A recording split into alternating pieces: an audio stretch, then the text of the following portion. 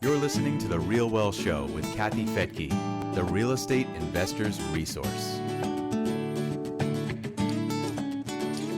It's not every day I get to interview NFL players who are also real estate investors, but today I have that honor. I'm Kathy Fedke, and welcome to The Real Well Show.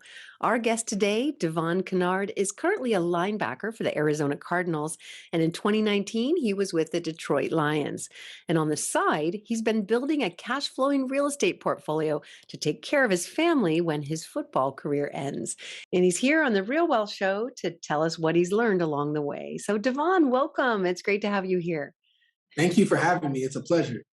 It's awesome to have you here. I know that we have fans among us in the audience who are really excited to hear what you have to say to bring together football and real estate, things that our listeners love. So let's start with who you are. You're currently playing football, right? Yeah.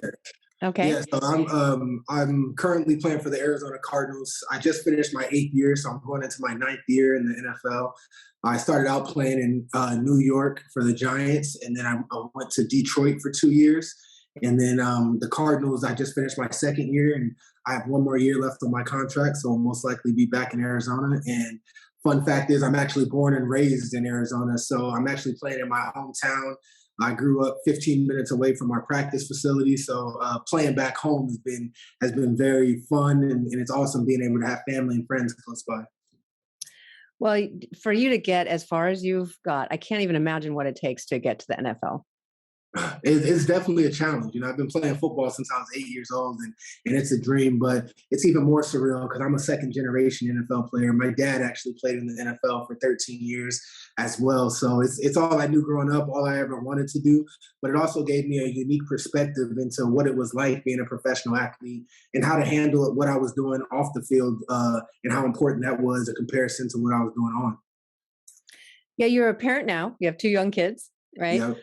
It's got to be, I just watched now, I'm a grandma of a 2-year-old, and they've got them enrolled in soccer. And it's a fine line between, having your kids not like something because you pushed them in it, or they just naturally love it. Were you naturally, inclined to play, or was your dad pushing you a little? No, my dad never really forced it on me, but Wow. it's when I was a young kid, and there's a Sports Illustrated article and a huge blowout where I'm on my dad's shoulders after he won the Super Bowl for the Cowboys. So I was 4 or 5 years old, and he didn't have to push me. I wanted to play football, but growing up, I liked other sports too. So I think that was really important. I actually probably liked basketball just as much as I did football when I was really young. And as I got older, I started to get bigger and not necessarily taller. And I was like, I should probably stick to football. I'm not really a basketball body type. So, that's why I started to lean more towards football. But sports in general, growing up, I wanted to be outside and playing, and it's all I ever really wanted to do. Well, that's great. And the amount of discipline required. I mean, growing up in Arizona, I'm sure you were out there on the hottest of days with all the gear on. I think that discipline and the hard work, it instills a lot in me that is just like kind of automatic now. I think that's what's great about sports in general, not just football, but looking at and reflecting my kids, I don't really know how to instill some of the lessons that sports do. So I'm like, I pray, I'll do my best, but I pray I got 2 daughters, and I'm like, I pray they want to play some kind of sport because it's hard the discipline, the hard work, the taking coaching, the sacrifices you have to make, the challenges you occur. I think all that prepares you for life. So I've been fortunate enough to learn so many life lessons that has, done well for me off the field as well. And it all comes from my football career and the lessons I picked up along the way. So coming to finances, a lot of people who succeed at whatever, it could be acting, it could be sports, business, if they didn't have a financial education or background in money, it's such a shock when people didn't make money and didn't come from money and suddenly have it, and oftentimes don't know what to do with it, and haven't their consciousness around money hasn't elevated to whatever their craft is, or their expertise at work that provided that money. So do you see that a lot in your sport and in your life, where some of your colleagues just don't quite have the financial awareness of what to do with their money? I can see it across the board. Being an athlete and in the entertainment world, whether it's other athletes or entertainers of all kind of sorts, or just high wealth individuals in general. There's a lot of people out there who are so focused on their career, whatever that may be. For me, it's football. You can be a rapper, a singer. You can be working for a company, whatever it is. But if you and you come into a lot of money, and then what do you do with it, and how do you manage it, and how do you live your life? And there's so many things that come along with that people don't realize until you're in it. And being an athlete, it can happen at an early age. In football, I was 20 something years old when I started making hundreds of thousands of dollars. And there's basketball players who are signing multi-million-dollar contracts and aren't even 18 yet, or just turned 18. Yeah. So people got to really kind of think about that. If you're 18 and throwing $10 million and had all these 40-something-year-olds telling you what you should be doing and what you should buy, and then you're 18 and there's the nice luxury items that you saw in music videos, or in whoever you looked up to growing up, and you want to buy those things. So there's a lot of different things that pull you so many directions, and to have to not have that financial background, it's tough. And I that's why I really propose everyone get involved in financial literacy and understanding it. And it frustrates me that the education system doesn't put a premium on that at a young age. Right. I know. It's amazing. It's amazing that those aren't classes we're required to take, of how to save and how to invest and where to invest in real estate. I mean, just the basics, owning your own home, your first home. But we are certainly enticed to spend the money, Right. to spend it on. I always say it's interesting because I went to school in college at USC, one of the best colleges in the country. And I had to take general ed classes on the, astrology and then the evolution of monkeys.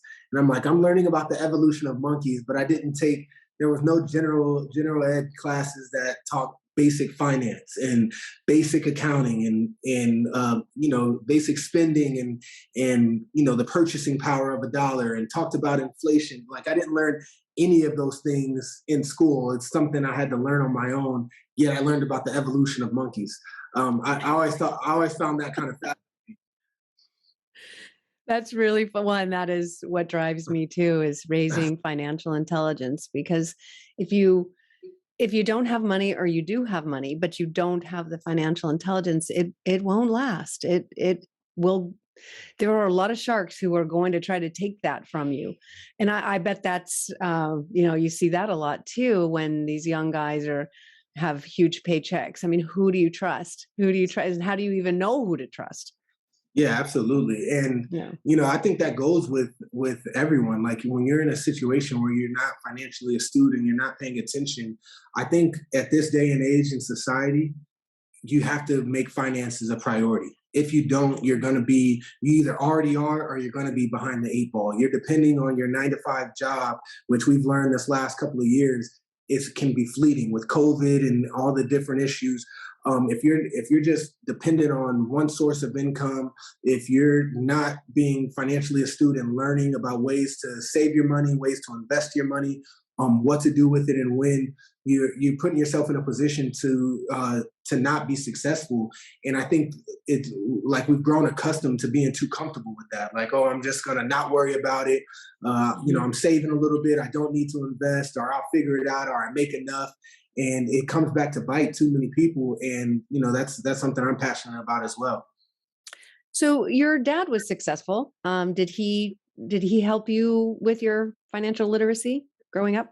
No, and it's interesting. I always say, I think in a lot of different families and communities, but especially growing up in African American communities, I don't think it was kind of taboo to talk about like finances, like not like normal. It's out of pocket, so to speak, to like ask your parents, what their financial situation looks like, or how much money we have, or things like that. And for me, I started to just pay attention to the decisions he made, and the stories that he would tell me about some of his teammates, just in passing, about guys he knew. Like a lot of my dad's life, that I was getting older, he was out of the NFL.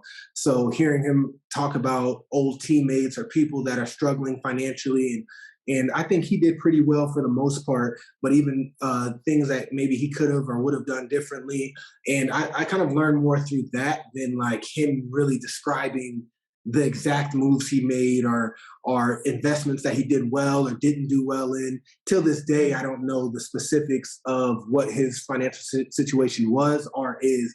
And that's something I want to kind of change, in minority communities, but really across the country, and with society overall, is we have to be more transparent in those conversations, because what tends to happen is your parents get older, and then they might need to depend on you, and you have no idea where they stand financially, and you're left picking up the pieces later in their life.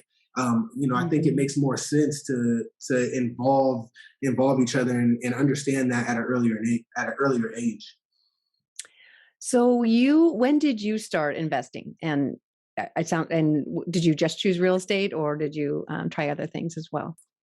I started learning about it while I was in college. So just what to do with my money. I dealt with a lot of college injuries that made it like a lot of people didn't think I was going to end up making it to the NFL, let alone having the going on 9-year career that I have. So while I was in college, I started to worry about that as well. And I was like, okay, taking football out of the picture, what am I going to do with my life? And that's where I started learning about finance and taking it seriously. And real estate was extremely interesting to me because it provided an opportunity in my eyes that I can generate revenue outside of my sport. So, I started to formulate, and there was actually a mentor I met who bought properties, and he was a police officer, and he's the one that kind of changed my perspective.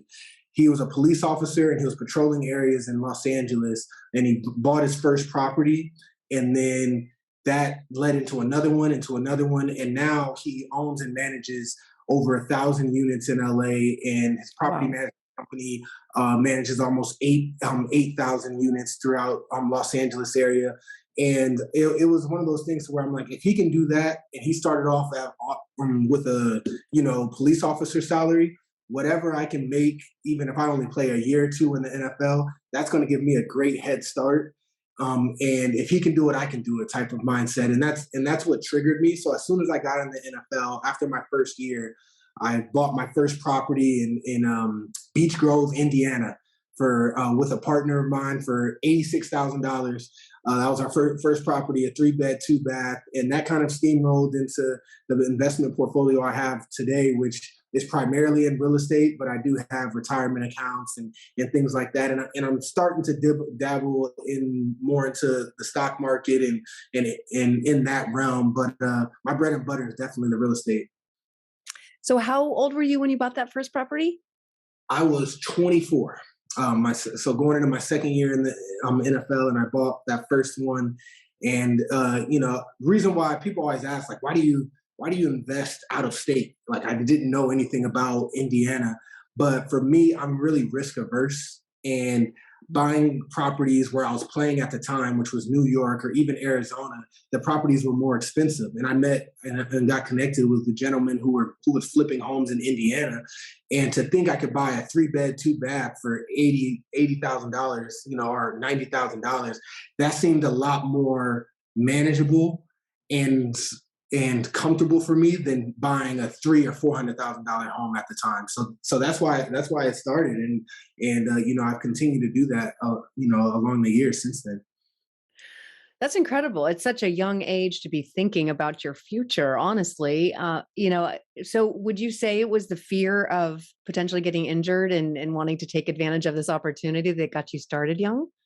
Well, what's unique about being an athlete, or I think any kind of entertainer, is you might not be able to do that forever, especially being an athlete. Like I'm going into year 9, and I'm an anomaly. The average NFL career is less than 4 years. Oh my gosh. Wow. So my mindset has always been, I want to generate as much money as I can while I'm playing in the NFL. and use that momentum into whatever is next. So for me, it was like, how can I leverage the relationships that I can build while I'm an NFL athlete and the platform that I have and the finances. I'm a 23, 24-year-old making hundreds of thousands of dollars. That's much more than most people my age can make. How can I leverage those finances and the relationships I can build through being, an NFL player to, to generate other sources of income? And I feel is really important for athletes, but now as I've grown, I think people in general is what I like calling mailbox money. And that's essentially passive income. If I don't care what your day job is, if you can generate passive income in other ways where you're making money at night, but you're getting residual payments. And that's why real estate is my thing, because I wanted to get to the point where I can generate enough monthly income that when I'm done playing, my family and I's lifestyle does not have to change at all. So I wanted to set a life standard for my family and I to where this is how much money we typically need. And I want to make that or more in passive income. So once I'm done, like I know our lifestyle doesn't have to change and I'm not spending down my principal. That's where a lot of athletes struggle. They invest in the stock market or in other sources, there's nothing wrong with that. But the problem is your income stops. And when you don't have any income in and you're looking at the stock market and just speculative, rising and falls, you need consistent cash flow to sustain your lifestyle, or you're drawing out of the stock market because now you don't have any income. So for me, I can own real estate, have passive income coming in through tenants who are paying mortgages, paying down my mortgage, and I'm pocketing money. And I'm living off of the income that I'm generating, so I'm not ever spending down my principal. So once I kind of realized that, it was like, okay, how much do I need to survive, and how can I get there in the fastest way? And that's kind of been my mindset and what kind of really sent me down that road. And yeah, I mean, I kind of realized that after my first year in the NFL. That is the key, right? To be able to flip that switch and say, I could spend this money now. I could go buy that fancy car, or take that amazing vacation, or I could take that money and invest it, and the cash flow generated from the asset I just bought will buy me that car or send me on that vacation. Yeah, so where and did you? that's really my mindset. Like I've grown to like some nice things. Like I like a nice watch, or like I want a nice car, or different things like that. But the thing is, I want to be able to buy those things. I think a real flex is being able to buy those things with passive income, not earned income. And that's what I always preach. It's easy to make a bunch of money playing football, go buy something luxurious. Instead, I want to make money playing football, invest in something that's generating me cash flow in some type of way, and then use that to go buy something luxurious. And I think that's the real flex. And getting people to flip that mindset and flip that switch is really important. Yeah, and it's amazing that you figured it out at such a young age without really having that guidance. I wasn't sure, because I have interviewed people here before who have made their money in sports, but they didn't come from, they came from a very difficult and challenging situation, and nobody they knew had any money, so they had no idea what to do with it. I still think it's incredible that at age 24 you figured it out. Were you tempted to do what your colleagues were doing and buy a nice car, or like what kept you from doing that?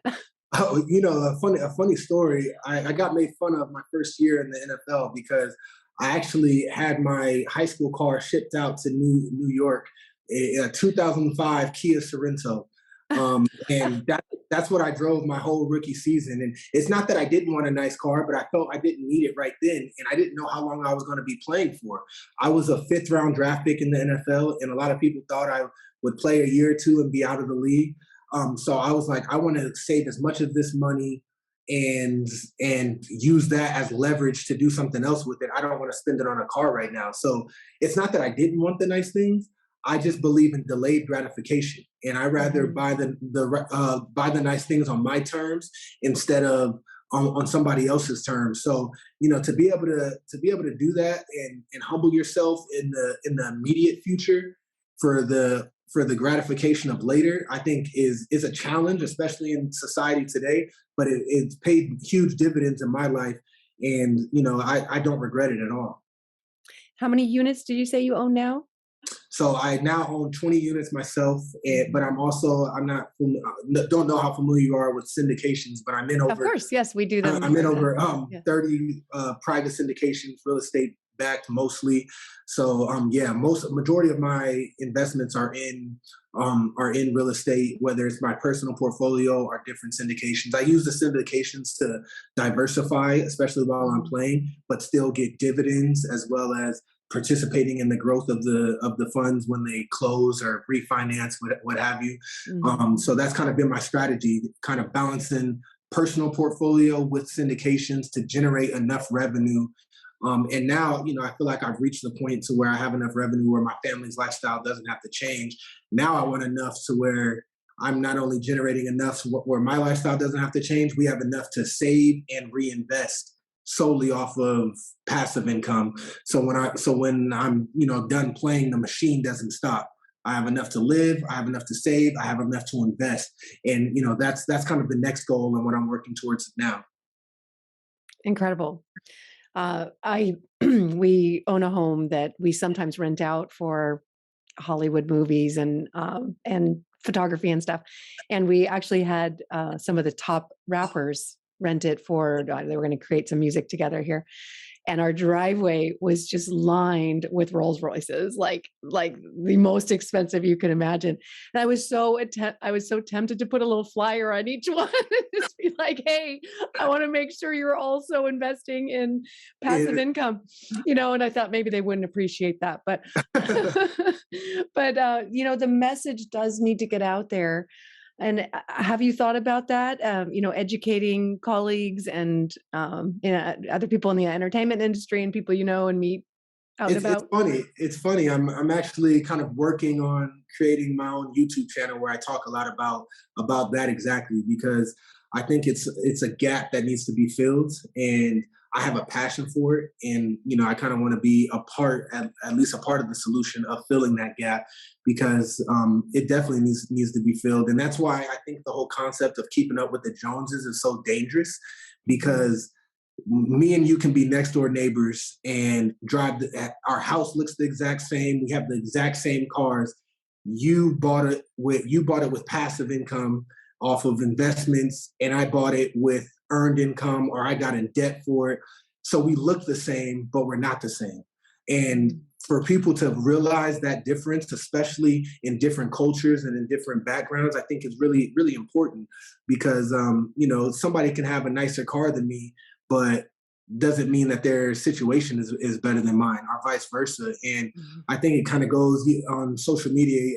I see a lot of posts, and sometimes you see like Mark Zuckerberg or Elon Musk, and they're in like a raggedy white or black t-shirt and jeans and some like Skechers shape up shoes.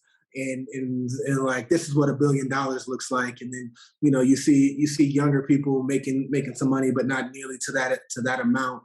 And they're, designered out, and, you like what you like. So if the designer clothes and cars, and that's your thing, then that's okay. But how you buy it's important. And another thing, when you buy it. So just being really, really smart about that and understanding that. And another thing I talk a lot about is vices. I've learned that you can't have too many. Your thing is your thing. So if you're a travel person and you like going to luxurious hotels all over the world, and then let that be your thing. But you can't be a travel person, a car person, a food person, a club person, a jewelry. Like, that's where it starts to get dangerous. So unless you're a billionaire and you're like, I guess unless you're a billionaire. But I always say, kind of pick your thing. And don't let it be everything. Some things are good left alone, but if there are certain things in your life that you hold a lot of value to, as your net worth, as your cash flow, as your life starts to expand, then enjoy it in the ways that you want to enjoy it. But the things that you can keep minimal. Well, and that's a big one, the vices, right? The vices can really bring people down no matter what. And the more money people have, the more they can afford those vices, right? Right. And I've learned one thing, like you always hear, and I struggled with this when I first got in the NFL, like, don't let your spending creep. Or, just because you're making more money doesn't mean you have to spend more money. And this is an unpopular thought, especially with people who believe in that. But I found that to be extremely untrue and not real. You start to make more money, you start to spend more money. Like, give me a break. Like like a year or two after I got in I was in college and I was living off of $500 or $600 a month. Like, almost immediately, once I got in the NFL, within the first year or two, I was spending a few thousands a month at least. Like, so the concept of like, you're living off of 60, so it doesn't matter if you're making like 400,000 now, like, still live off of 60. Like, it's unrealistic. You're gonna start to make more money, and you're gonna want to go to the steakhouse and get the Wagyu instead of the the cheaper steak, or maybe you were getting the chicken before and now you're getting the steak. But being smart about that and being reasonable in your spending increase is the more accurate way I found to say that, is because your lifestyle is gonna increase a little bit as your net worth grows, as your earning potential grows, as your investments grow. And to kind of try to pigeonhole everyone into saying, don't spend more than what you spend now, I found that to be kind of debilitating in a lot of ways, especially within cultures that I'm familiar with. So how do you do that then? Do you budget a certain amount for investing? I mean, if people aren't investment minded, then they're just going to spend it, right? What else do you do with it? But when you sit down and have a plan and you say, I want 20 properties or 20 investments by the time I'm 30 or 40 or whatever it is, and it's going to mean acquiring one every year, which is going to mean saving this much per year, then it's pretty exciting. Then you can check the boxes and see your growth and meet those goals and retire when you want to. I mean, that's at the end of the day, that's what it's about, right? Is having enough money to be able to spend time the way you want to, and not be struggling. So how do you plan and how do you budget? I try. There's like a number that I choose that I want to try to live within every year. I found very strict budgeting does not work, at least for me, because life happens. And when you're making enough money, things come up that you really do just want. You don't necessarily need, you don't have to do it, but when you're in a financial position and you're being successful enough, if there's something I want. So I feel like very strict budgeting that's super restrictive has actually failed me more times than I've actually been able to really stick to it. And I know some people live by it, a super hard budget. And if that works for you, I think there's absolutely a way to be successful in that. But I found more success focusing on my investments and looking at it from that way of like, always, just as much as we're all consumers. What are the things we like? What are the shoes we like to buy? What are, like, for women, what are the purse or the heels you want, the jewelry, etc. I try to make sure I'm that same way about investments, whatever you're investing in, real estate, stock, whatever your thing is. A lot of people are in the crypto and the NFT space. If that's your thing, by all means, I hope you're educated on it and know what you're doing, but, by all means, but be just as overzealous in your investments as you are in your consumerism. And for me, I've become more. So I'm spending way more money on investment deals than I am in my spending. And it makes me really consider purchases that I'm making, because I know what that purchase can do in an investment. Like, if I want a really nice car and it's $100,000 finance can buy me 3 properties in Indiana where I bought my first property. And then those 3 properties can generate me $4,000 a month extra. And then it's like, do I really want that car? Like, and that's right. That's what kind of has helped me check myself more than anything, is just being mindful of the choices I'm making, because I found that it's not always the material things I want, it's the power to know that I can buy them. And, I'm having a mindset of I can buy anything I want, but doesn't mean I need to. So, you can afford anything, but you don't need everything. So what are the things that you really need or want? And that mindset really helps me. And I kind of take that approach more than I do keep track, and I know how much I spend monthly and yearly. But I've grown weary of like, if I spend over this amount, I'm way over. Like for the most part, it's like this is what I allot myself a year to spend, and I make sure I'm over that holistically, giving myself, and I usually give myself more room than typical because things come up, especially once you start having kids. Absolutely. So do you set aside 10% for investing or for emergencies? Or do you have any kind of budget like that? Or do you? Yeah, like for me, especially while I'm in the NFL making good money, I try to invest half of what I make. Okay. So whatever that is, I say like half of what I end up taking home, let's say taking home, not what I make, because that's another thing I don't know if we want to get into, but NFL contracts aren't what they seem. When we're some of the only industries that it's publicly disclosed what we make. Mm. People see our stuff online and so signed for 5 years, $100 million, and you think this man's getting $100 million, and it's never that. But Oh no, I don't know how it works then. Okay, so in the NFL, first of all, our contracts are not guaranteed.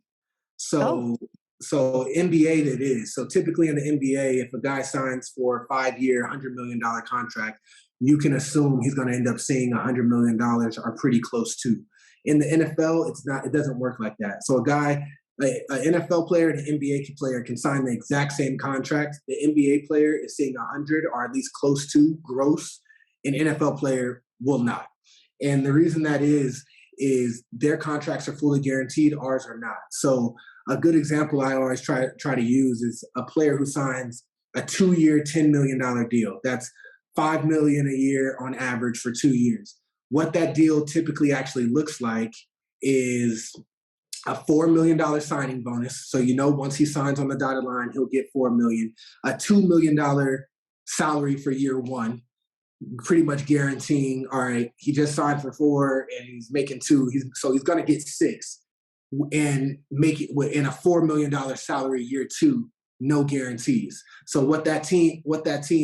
the option that team has then is after year 1, with no guarantees, they have the option to sign him, let him play for that 4, or not to sign him, to not cut him and let him play out his contract. So play the second year, to cut him, and they owe him nothing. So he essentially just signed a 1-year, $6 million deal, not really a 2-year 10.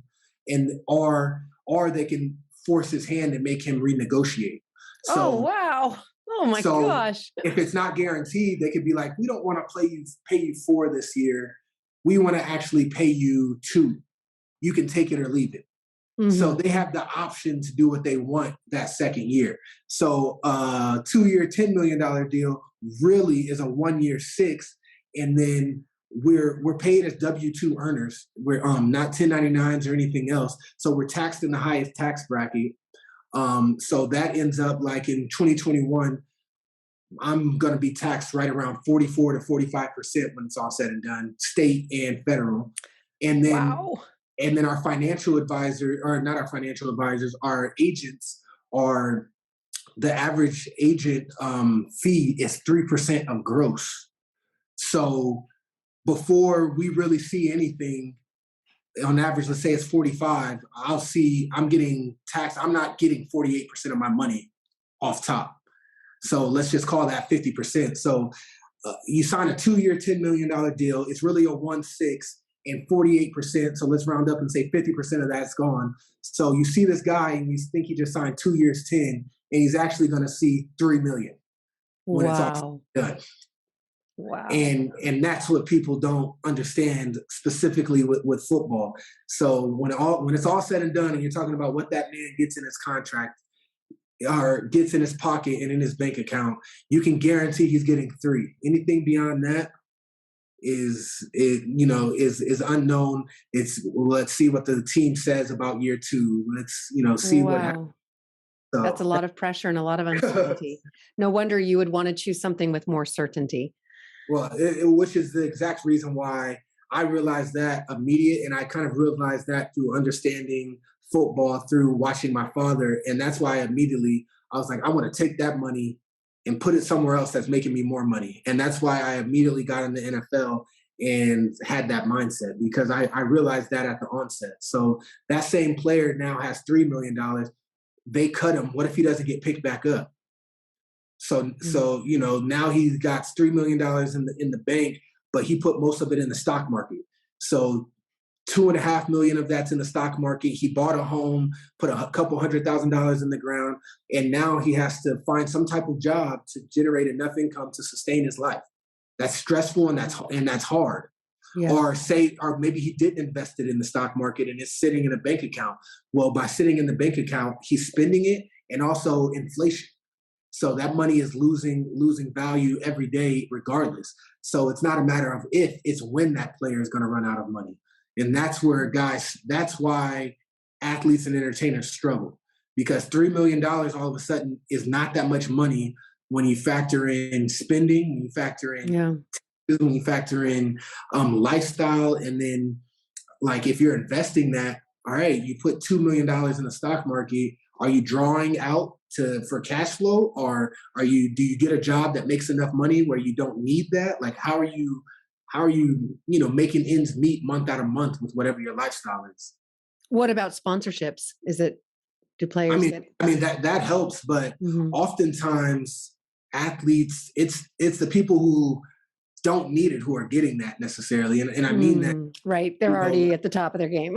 Like they're making so much. There's players out there that are making so much money to where they probably are going to be fine no matter what. Like, you'll have to be kind of like, that's the good thing, I guess, is some players are making so much money. If you're making $20 million a year, even if you're only bringing in half at the end of the year, at the end of the day, $10 million. Okay. You're going to have to be doing some really silly things to be tricking off $10 million annually. But those are the type of players who are getting the best sponsorships. Who are you seeing on commercials? Who are you seeing, with big sponsorship deals? It's Tom Brady, it's Patrick Mahomes, it's LeBron James. It's people of that stature. So, the lower end players who are the ones that need the extra income, it's not as easy to get meaningful sponsorships and marketing deals. Yeah, that makes sense.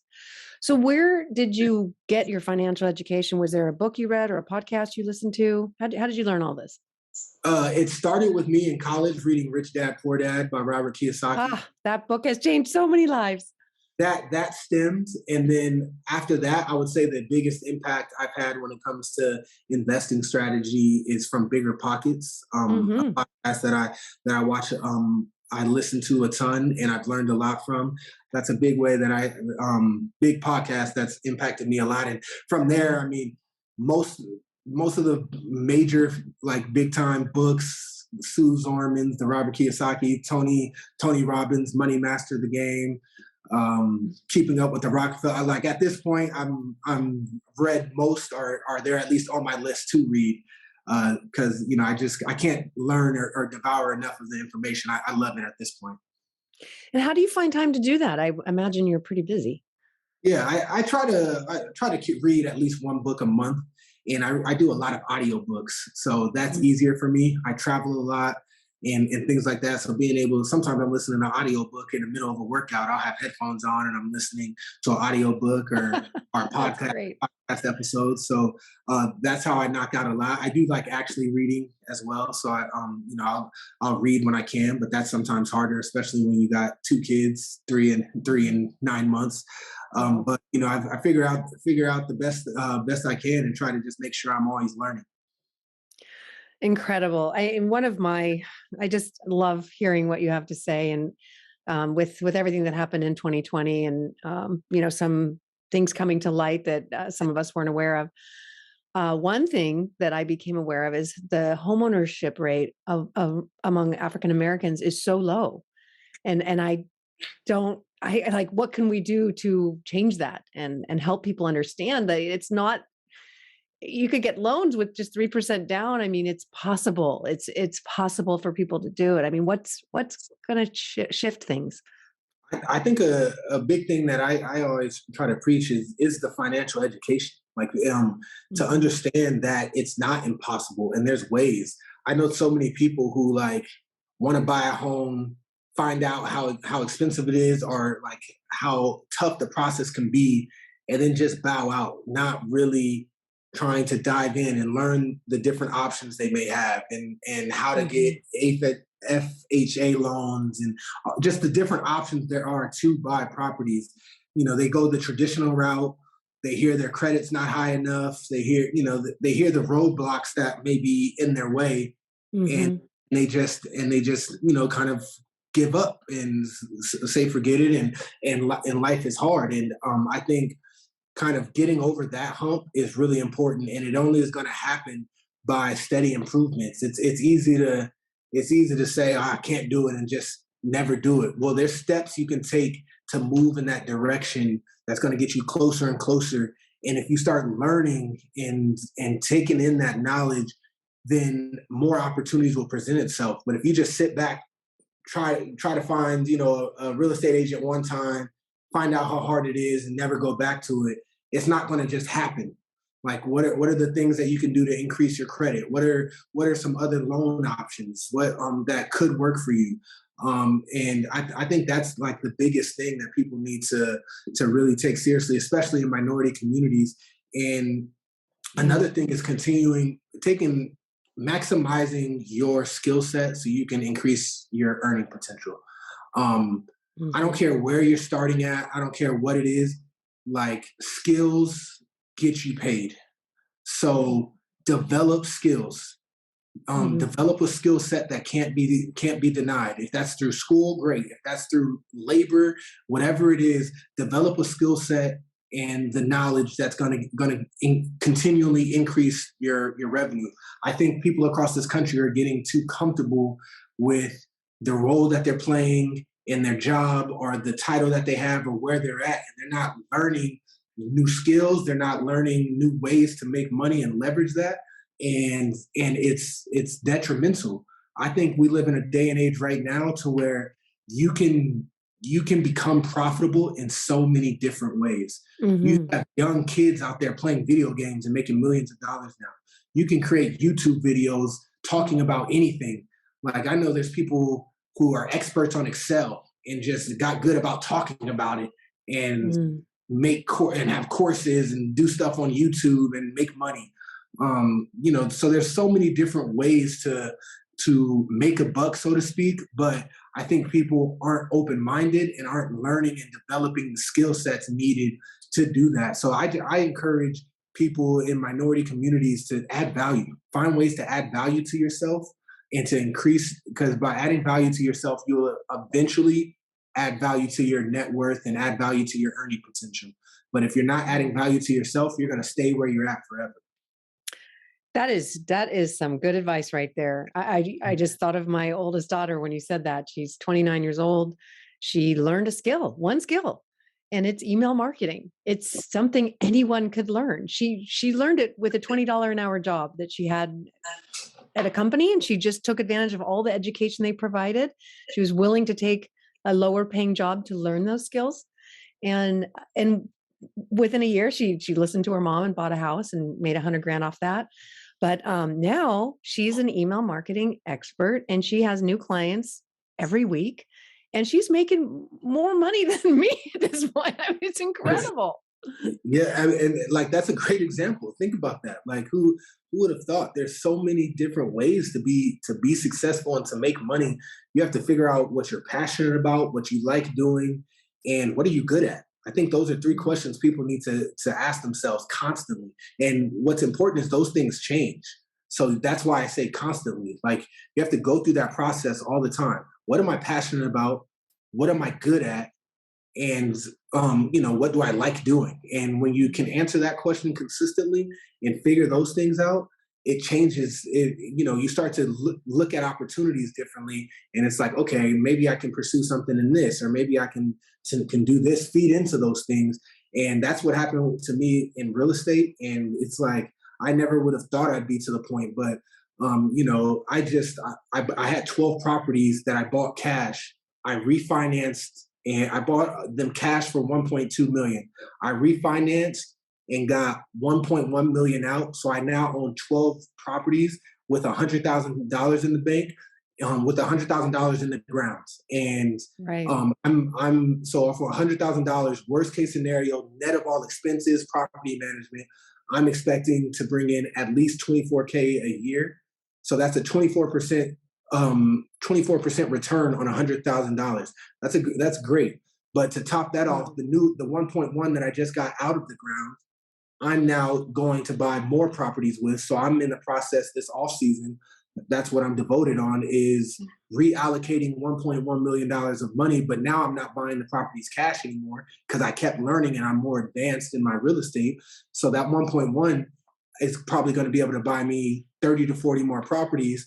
So like, God willing, when I'm back on your podcast in a year from now, instead of 20 properties, I think I'm going to have 50 to 60 and generating, a ton more revenue.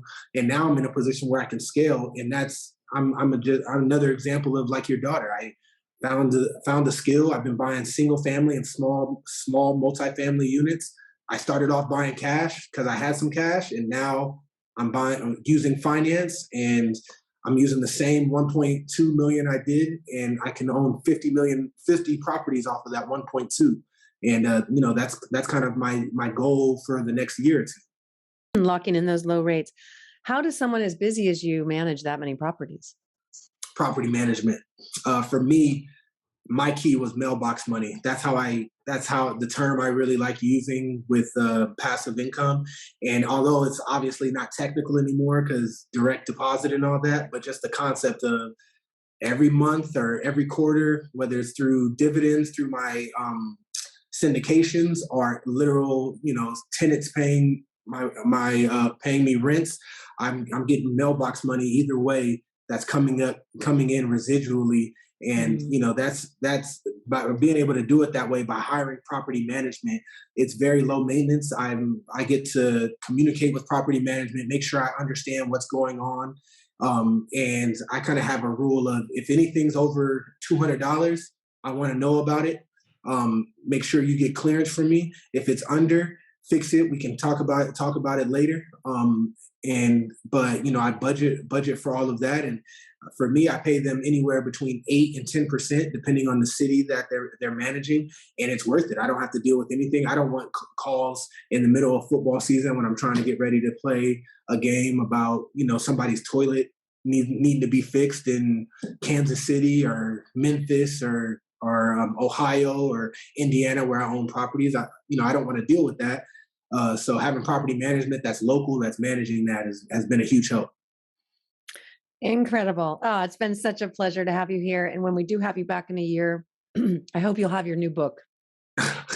Thank you. I appreciate it. Yeah, I'm working on a book now, so it'll be coming out. So I'll let you know. I'm in the process now, but I'm excited about it. Fantastic. All right. Well, thank you so much. I've always been a 49ers fan, grew up in San Francisco Bay Area, but maybe it's Arizona now. Maybe I've just switched. Thank you. It's so fun being on, and I'll talk to you soon. And thank you for joining me here on The Real Wealth Show. If you'd like to get more education on how to build your real estate portfolio, along with referrals to teams that we've worked with for over a decade now, that have helped our members, our over 60,000 members, build their portfolios by helping them find the properties, get them fixed up, and manage them ongoing. Well, you can do that. Just go to realwealthshow.com. You can join for free, and it'll open up the private portal where you get access to hundreds of educational webinars for free, along with referrals to the teams that we've worked with for years who have helped our members build their portfolios. Again, you can go to realwealthshow.com.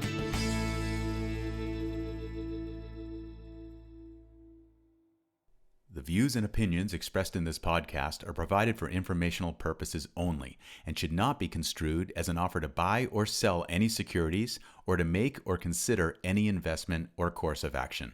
For more information, go to realwealthshow.com.